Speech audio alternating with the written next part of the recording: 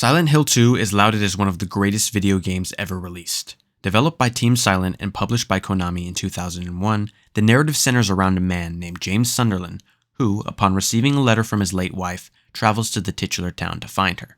As you traverse from a third-person perspective, James is tasked with solving various puzzles, surviving monsters, and gathering clues. Akira Yamaoka's score is a dark ambient masterclass, incorporating industrial sound motifs to craft an overarching sense of doom.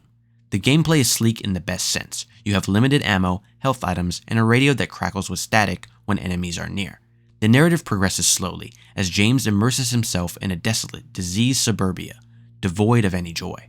Inspired by the likes of Fyodor Dostoevsky's Crime and Punishment, the films of David Lynch, and abstract painting, the game's many endings are interpretive to the core, amplifying the interactive nature of the medium as well as the unreliability of the protagonist's mental state. A remake of the game for PC and next-generation consoles was released in 2024 and 2025, but I'll be using clips from the original in this video. 3 filmic adaptations exist based on the source material. The first, Silent Hill, was released in 2008 and is easily the strongest film out of the bunch. Despite being officially based on the first game, the final product results in a distillation of multiple plot points featured within the series. Director Christoph Gahn and writer Roger Avery succeed in capturing the overall eerie atmosphere, offering a serviceable, albeit somewhat different, rendition of the narrative. The second, Silent Hill Revelation, adapts the third game and is considered a major step down in quality by fans and critics alike. In 2026, Return to Silent Hill was released to complete disdain once again. Both of these films are considered to be among the worst films in history based on their IMDb, Rotten Tomatoes, and Letterboxd ratings. While I don't quite agree with that status, there hasn't been a film yet worthy of the brilliance of the series. The personal nature of Silent Hill 2 is what sets it apart from the other installments, as the town itself deviates from its older identity, helmed by a supernatural cult, instead manifesting as a psychoanalytic rendering of James Sunderland's mind, resulting in a bleak world that no one else shares. Cryptids and their connection to conspiracy theories are fascinating to no end. See the endless speculation crafted via interpretation of simple, low-resolution images of creatures like Bigfoot and the Loch Ness Monster. Gods, ghosts, or personal hallucinations, there are a myriad of explanations for the appearance of these strange beings. Their inherent inexplicable nature offers a boost in intrigue, for the burden of proof is instead placed upon the naysayer rather than the believer. While attempting to combat this illogical line of reasoning often results in a feeling of constant annoyance, many cryptids have cemented their place in geological folklore through a form of groupthink-based persistence. In 1975, ufologist John Keel released a book titled The Mothman Prophecies, serving as an investigation into the humanoid insect hybrid of the same name. Mothman is described as a black being with glowing red eyes and is significantly larger than the average human in stature, with a 10-foot wingspan. The first reported sighting arose from 2 couples, Roger and Linda Scarberry, and Steve and Mary Millette, in the city of Point Pleasant, West Virginia. In the days that followed, more sightings were reported to local law enforcement. However, these accounts never amounted to anything of significance. Ultimately, reports were dismissed as sightings of various fowl, the explainable eyeshine effect common to animals, and the sheer implausibility of the circumstances.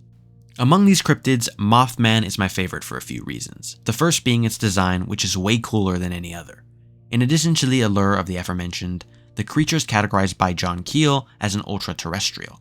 These are beings that fall under the interdimensional UFO hypothesis, which seeks to decouple cryptids from their earthly properties. The Wikipedia definition sums this concept up perfectly. The proposal that unidentified flying object sightings are the result of experiencing other dimensions or portals that coexist separately alongside our own. Keel's long-winded investigative musings check just about every single box expected within a developing conspiracy theory. First-person accounts are expanded through their connection to the concept of Men in Black. Keel is cited by some as the first to coin the term, the CIA's Project Blue Book, and the connection between spirituality and UFOs. He holds quite an imagination, linking his pre-existing philosophical sentiment to a web that cannot be unraveled. These ideas in the book serve as the basis for Mark Pellington's 2002 film, The Mothman Prophecies. The opening of the film claims its factual basis on events spanning from November 1966 to December 1967 in Point Pleasant, West Virginia, as outlined in the source material. Although Mothman barely appears in the film, I'd argue that its success is contingent upon this choice. The Mothman Prophecies' narrative holds a striking similarity to that of Silent Hill 2. Reporter John Klein, played by Richard Gere, is drawn to Point Pleasant and Mothman in order to cover a news story, all while reckoning with the grief caused by his late wife's passing 2 years prior. Klein's late wife also shares the same name as James's, Mary. The two cities, Silent Hill and Point Pleasant, are both unbounded by dimensional rules. Buildings seemingly hold no concrete spatial structure, and time distorts itself. This is depicted in the film through John's trip from Richmond to Washington, D.C., where he somehow reaches Point Pleasant despite the impossibility of the drive. The first person that James runs into is a woman named Angela, who warns him of the strange presence that the town inhabits. Like him, she is searching for her family, who are nowhere to be seen. A cold permeates amongst the fog of Silent Hill, mirroring the dreary streets and liminal spaces in the Mothman Prophecies. As John and Mary merrily drive down the street, two bright lights pierce the horizon as a winged figure abruptly attacks Mary's line of sight. Following this car accident, John survives without any injuries, but Mary is hospitalized and subsequently diagnosed with a brain tumor. As James strays further and further into the haze, he stumbles upon the first monster, known as a lying figure. This is the first of many motifs involving Mary's sickness and the hospital's symbol as a prison. These must be beaten to a pulp, writhing in pain, resembling a bloody mess of muck, representing both James's bonded state of helplessness and Mary's overall deterioration. Pellington uses the lack of corroboration between Keel's sources and reasoning to conjure a pervasive feeling of paranoia. The continuous use of sweeping camera movement and astigmatic flares of light is akin to the jarring, haphazard playstyle of a third-person survival horror. The audience is primed to expect a reveal around every corner, seeking the mythical sighting of the beast. He never comes. No jump scare is needed in Silent Hill 2 with this introduction. The most famous antagonist of the franchise is Pyramid Head, who first appears behind a small hallway, menacingly staring in silence in front of James, separated by a flimsy set of iron bars. Riddled with filth, he carries a gigantic blade, the Great Knife, frequently terrorizing James through the narrative in increasingly nightmarish ways. Adrian Lyne's 1999 film Jacob's Ladder revolves around a Vietnam veteran who experiences disturbing hallucinations representative of a Dante-inspired biblical concept. It's cited as one of the main inspirations for Silent Hill 2, with the subway scene being a prime example of this. The following quote from Jacob's Ladder is representative of the psychology behind Pyramid Head's design. "The only thing that burns in hell is the part of you that won't let go of life, your memories, your attachments. They burn them all away. But they're not punishing you, they're freeing your soul. If you're frightened of dying and you're holding on, you'll see devils tearing your life away. But if you've made your peace, then the devils are really angels freeing you from the earth. It's just a matter of how you look at it, that's all." The Pyramid Head boss fights are simplistic in design. Shoot until they stop. No reaction. The real James is unearthed through repeated counters with the subconscious supernatural. Shapes that contort and twist when met with violence. This is akin to a self-administered Rorschach test, resembling a twisted form of intuition. Despite all logical inclinations, James strays further and further into the abyss of his own mind, only to find his own reaction staring blankly at him in return. Upon entering the Virginia town, John's car breaks down, forcing him to ask for help from a nearby residence. A man named Gordon Smallwood opens the door, immediately fixing the barrel of a shotgun at John's head. Smallwood is privy to the forces that plague the area, serving as a companion who defies logic in an analogous manner to Mary. As John begins to glean information about Mothman through the townsfolk of Point Pleasant, he forms a bond with Sheriff Connie Mills, who speaks often of her cryptic dreams. Mills is dedicated to pursuing the issues that plague the city, summoning direct self-reflection. The cryptid and concept of Indrid Cold arises through this passage in Keel's book. Woody Derenberger gaped in amazement at the thing. It wasn't an automobile, but it was shaped like an old-fashioned kerosene lamp chimney, flaring at both ends, narrowing down to a small neck and then enlarging in a great bulge in the center. It was a charcoal gray. He slammed on his brakes as the object turned crossways, blocking the road, stopping only 8 or 10 feet from it. A door slid open on the side of the thing and a man stepped out. "I didn't hear an audible voice," Woody said later. "I just had a feeling, like I knew what this man was thinking. He wanted me to roll down my window." The stranger was about 5 feet 10 inches with long dark hair combed straight back. His skin was heavily tanned. Grinning broadly, his arms crossed, and his hands tucked under his armpits, he walked to the panel truck. He was wearing a dark topcoat. Underneath it, Woody could see some kind of garment made of glistening greenish material, almost metallic in appearance. "Do not be afraid." The grinning man did not speak aloud. Woody sensed the words. "We mean you no harm. I come from a country much less powerful than yours." He asked for Woody's name. Woody told him, "My name is Cold. I sleep, breathe, and bleed even as you do." Mr. Cold nodded towards the lights of Parkersburg in the distance and asked what kind of place it was. Woody tried to explain it was a center for business and homes, a city. In his world, Cold explained, such places were called gatherings. While this telepathic conversation was taking place, the chimney-shaped object ascended and hovered some 40 or 50 feet above the road. Other cars came along the road and passed them. Cold told Woody to report the encounter to the authorities, promising to come forward at a later date to confirm it.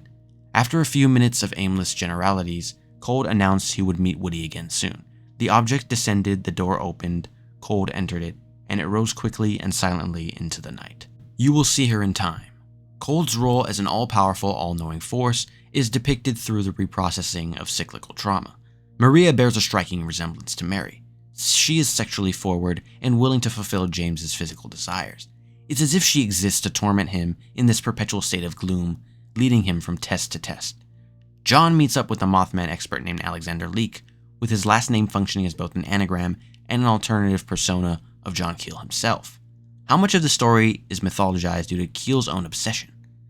Leake attempts to assuage John's fears as they ruminate on the dimensional capabilities ultra-terrestrials hold, much like Maria, who serves as a barrier between necessary confrontation.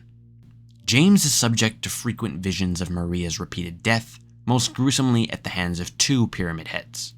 Her presence serves as the ultimate harbinger of death, providing the illusion of choice that James was confronted with when struggling with Mary's illness. The guilt festers until it no longer can be contained. Violence, despair, and false hope overshadow any opportunity for retribution. John's encounter with Indrid Cold lacks the mysteriousness of Mothman, maintaining an elusive state through startlingly straightforward candor. While the actions of Mothman are unexplainable from a zoological and physical standpoint based on the corroborated reports, existing fully in the minds of those who are haunted, every individual action that Cold takes is theoretically possible in the real world. There could be a hidden camera in the hotel room, the voice on the phone may be a close relative. James realizes that Pyramid Head is a direct reflection of his inner psyche, paralleling John's inner monologue, which his Mary frequents. The videotape of James smothering Mary with a pillow and hearing her voice through the radio grounds him in the state I previously described in relation to Jacob's ladder, functioning as a limbo between a human, 3-dimensional reality and Mothman's wavelength. The side characters in Silent Hill 2, Eddie, Angela, and Laura, operate in exponential bursts of emotion, crafting James's character in tandem with the player's actions along the way. Much like John, he hopes to control the situation through investigation in order to somehow prevent the predestined. I don't believe that the renditions of Mary in both works are real beyond what we take as concrete evidence before they pass. In the Mothman Prophecies, John discovers through a letter, yes, another coincidental prominent motif, that Mary will call him on Christmas Eve. Gordon Smallwood's mysterious death is chalked up to circumstantial fate, mirroring that of Pyramid Head's suicide. Both are unknowingly led to their death while answering questions related to self-punishment. Cold's demeanor temporarily distracts him from the pursuit of Mothman, representing a transitory force bearing resemblance to that of a soul unbounded to human constraints. Psychological horror has to shake human's heart, deeply. Shaking people's heart deeply means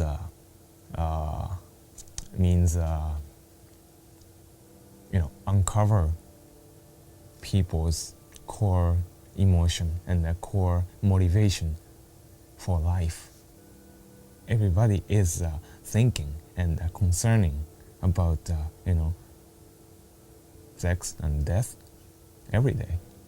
And if we want to scare or shake or touch the users or spectators, then we have to think about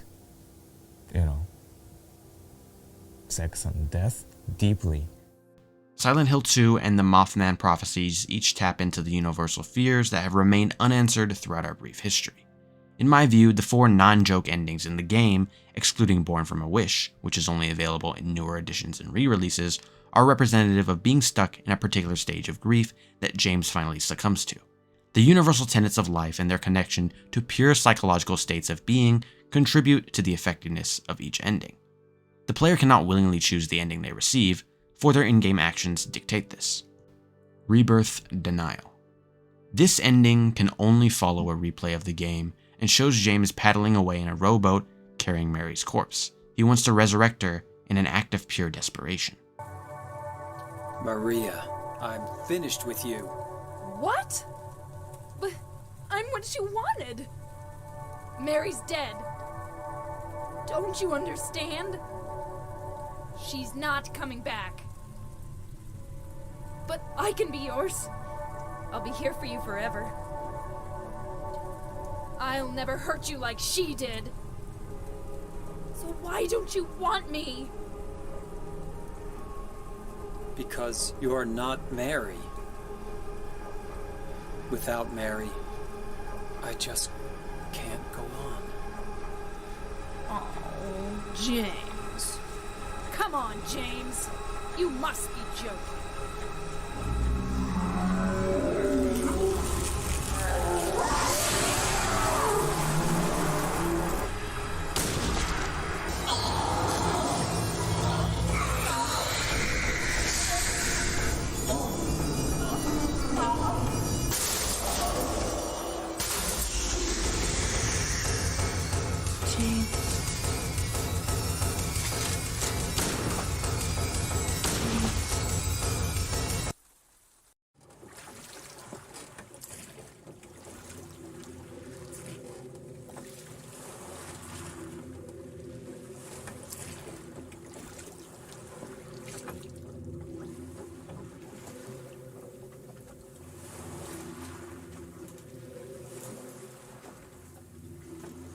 Mary, you look so peaceful. Forgive me for waking you. But without you, I just can't go on. I can't live without you, Mary. This town, Silent Hill, the old gods haven't left this place. And they still grant power to those who venerate them. Power to defy even death.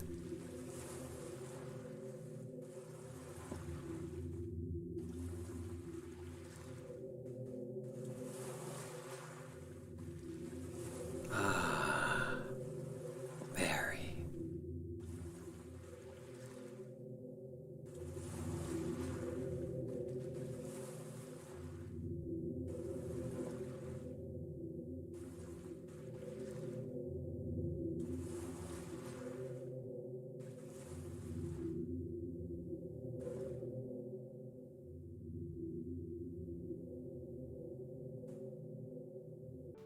Maria, bargaining.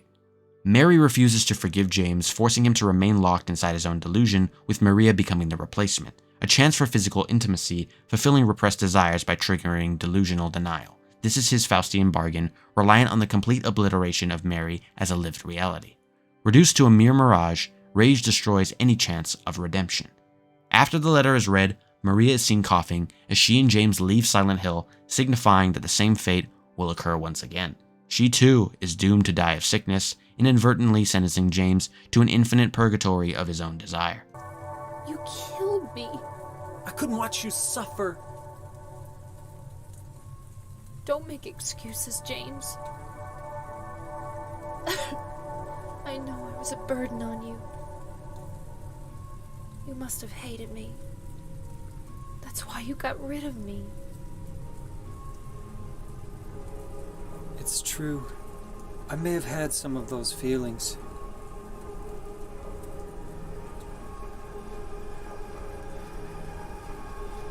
It was a long 3 years.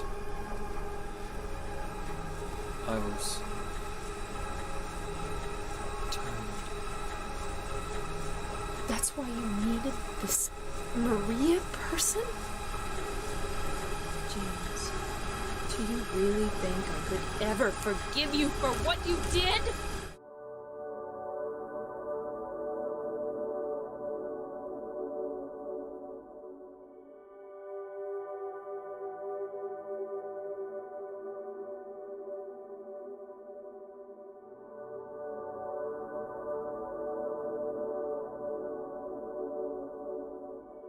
You killed Mary again?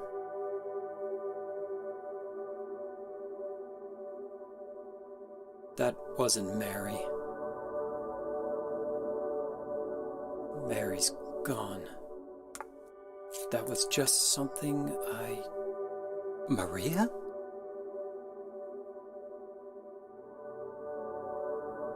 Maria? What, James? I want you. I want you with me. Are you sure? Come on. Let's get out of here. What about Mary? It's okay. I have you.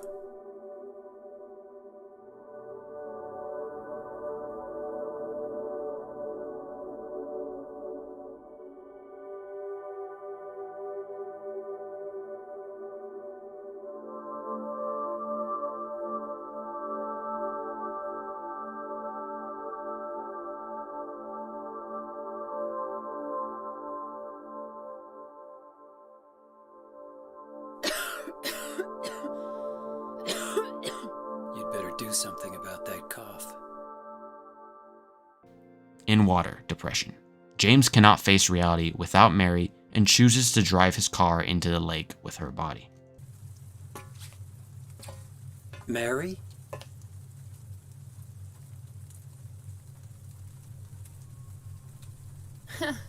Wrong again. Mary's dead. You killed her.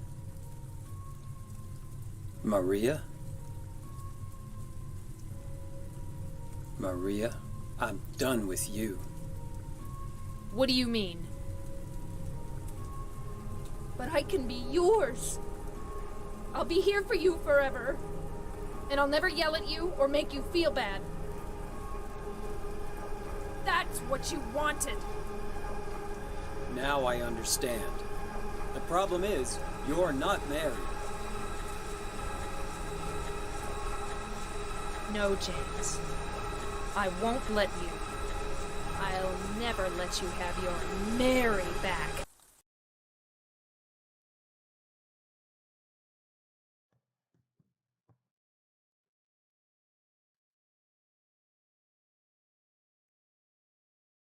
Mary?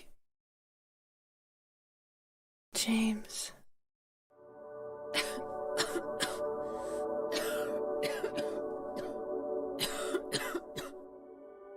Forgive me. I told you that I wanted to die, James. I wanted the pain to end.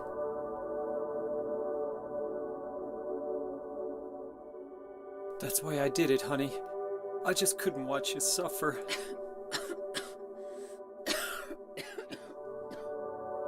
No. That's not the whole truth. You also said that you didn't want to die. The truth is, part of me hated you for taking away my life. You killed me, and you're suffering for it. It's enough, James.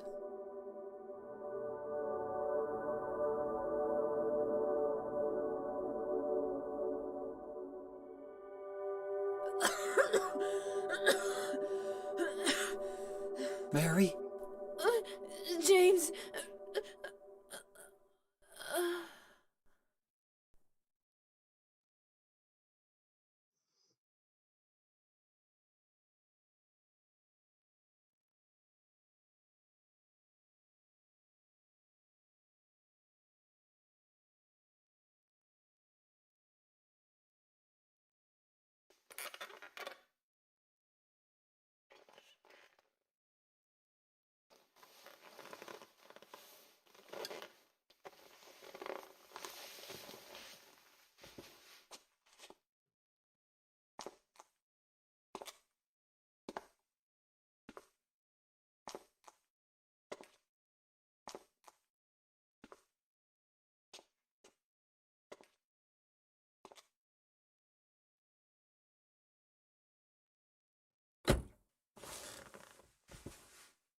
Now I understand. the real reason I came to this town. I wonder, what was I afraid of? Without you, Mary, I've got nothing.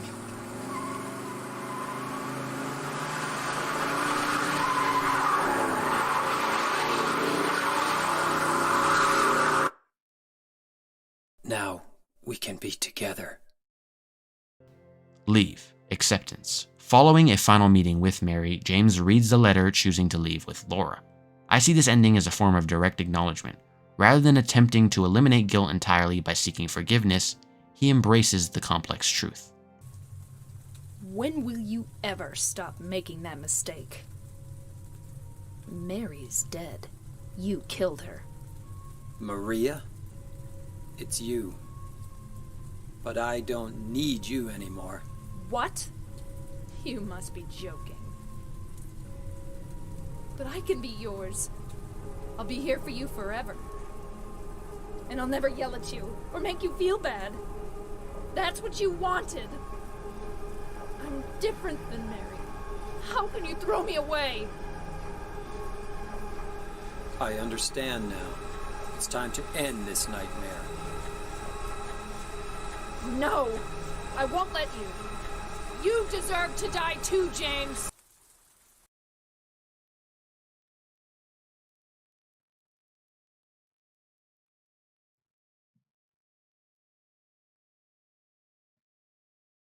Mary?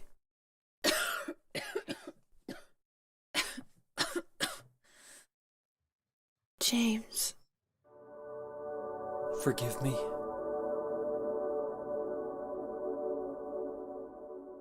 I told you that I wanted to die, James. I wanted the pain to end.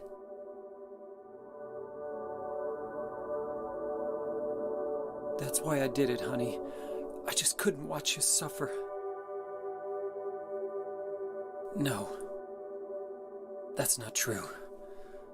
You also said you didn't want to die. The truth is, I hated you. I wanted you out of the way. I wanted my life back. James, if that were true, then why do you look so sad?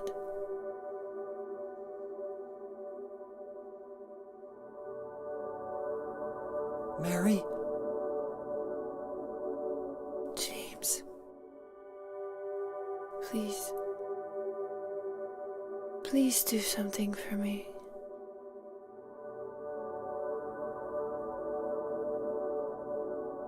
Go on with your life.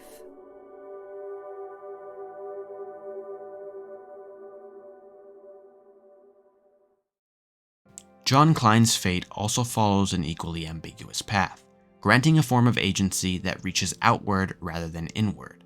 Following the supposed false alarm Indrid Cole set forth, warning him of an incoming tragedy related to the Ohio River, he drives to Connie's house to spend Christmas Eve with her, rejecting further isolation. Upon crossing the Silver Bridge, John realizes that it is about to collapse, fulfilling Cole's prophecy. As Connie's car falls into the water, John dives in, subsequently saving her life. The first responders solidify the metaphysical processes at play, confirming the meaning of the number in her dream, 37. 36 people died in the accident. The final one would have been Connie. By leaving the audience in the dark, we discover how refusal contributes to the myth-making process, obliterating the line between rationale and nonsense. In real life, the Silver Bridge collapsed on December 15th, 1967. 46 people died in the accident and 2 were never found. Mothman's presence extends beyond the comprehension of our existence, unrestrained by the boundaries of our mortal world, and the same can be said of the town of Silent Hill. I'll defer to what Michael J. Liu writes in Metaphysics, a Contemporary Introduction, to wrap up.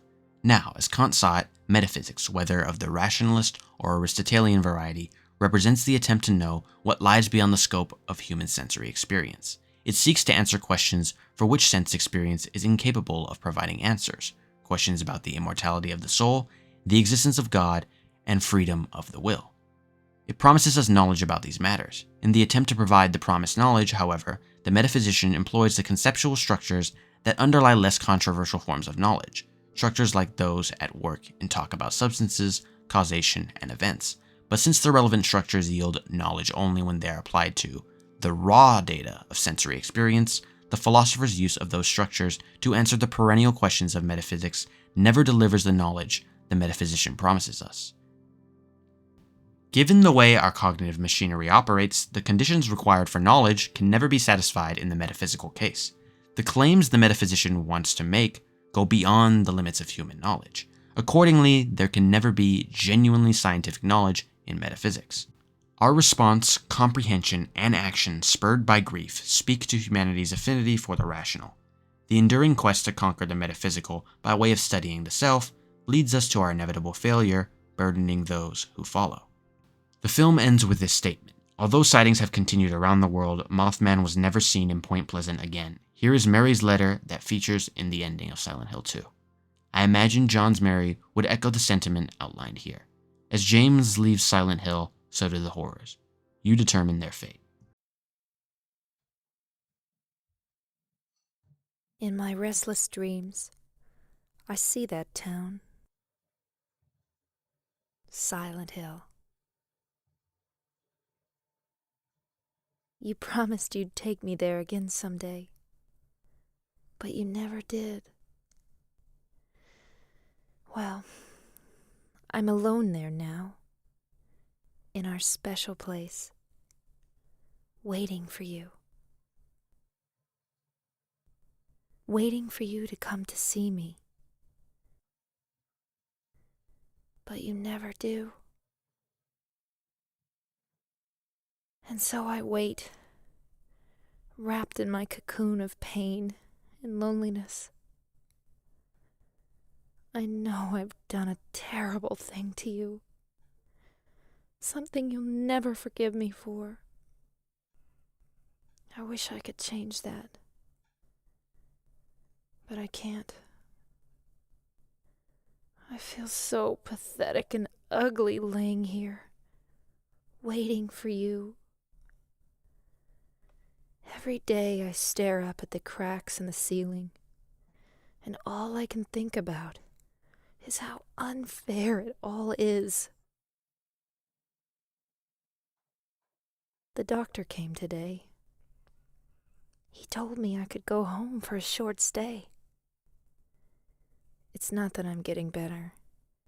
It's just that this may be my last chance. I think you know what I mean. Even so, I'm glad to be coming home. I've missed you terribly. But I'm afraid, James. I'm afraid you don't really want me to come home. Whenever you come see me, I can tell how hard it is on you. I don't know if you hate me or pity me, or maybe I just disgust you. I'm sorry about that. When I first learned that I was going to die, I just didn't want to accept it. I was so angry all the time, and I struck out at everyone I loved most. Especially you, James.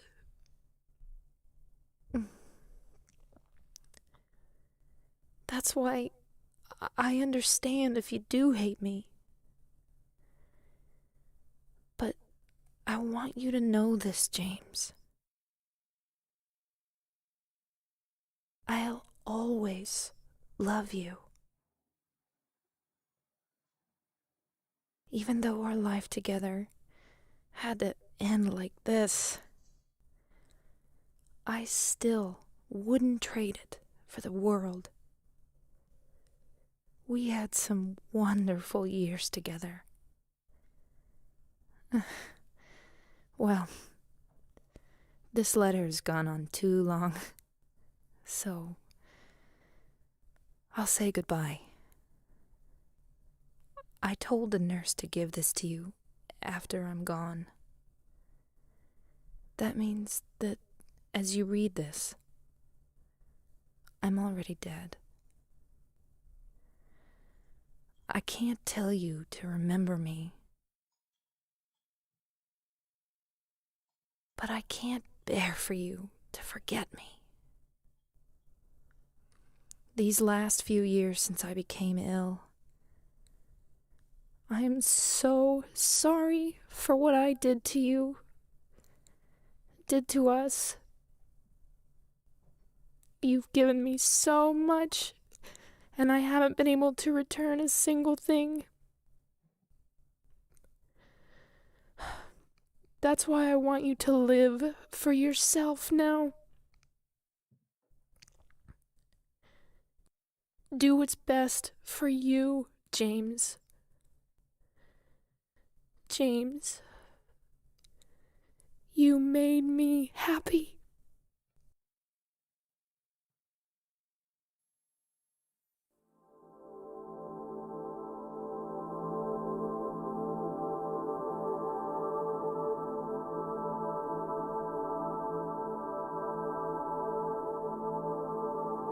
If you'd like to support my work, please leave a like on the video and consider subscribing to the channel. My Patreon is in the description for those who wish to fund future videos with their generosity.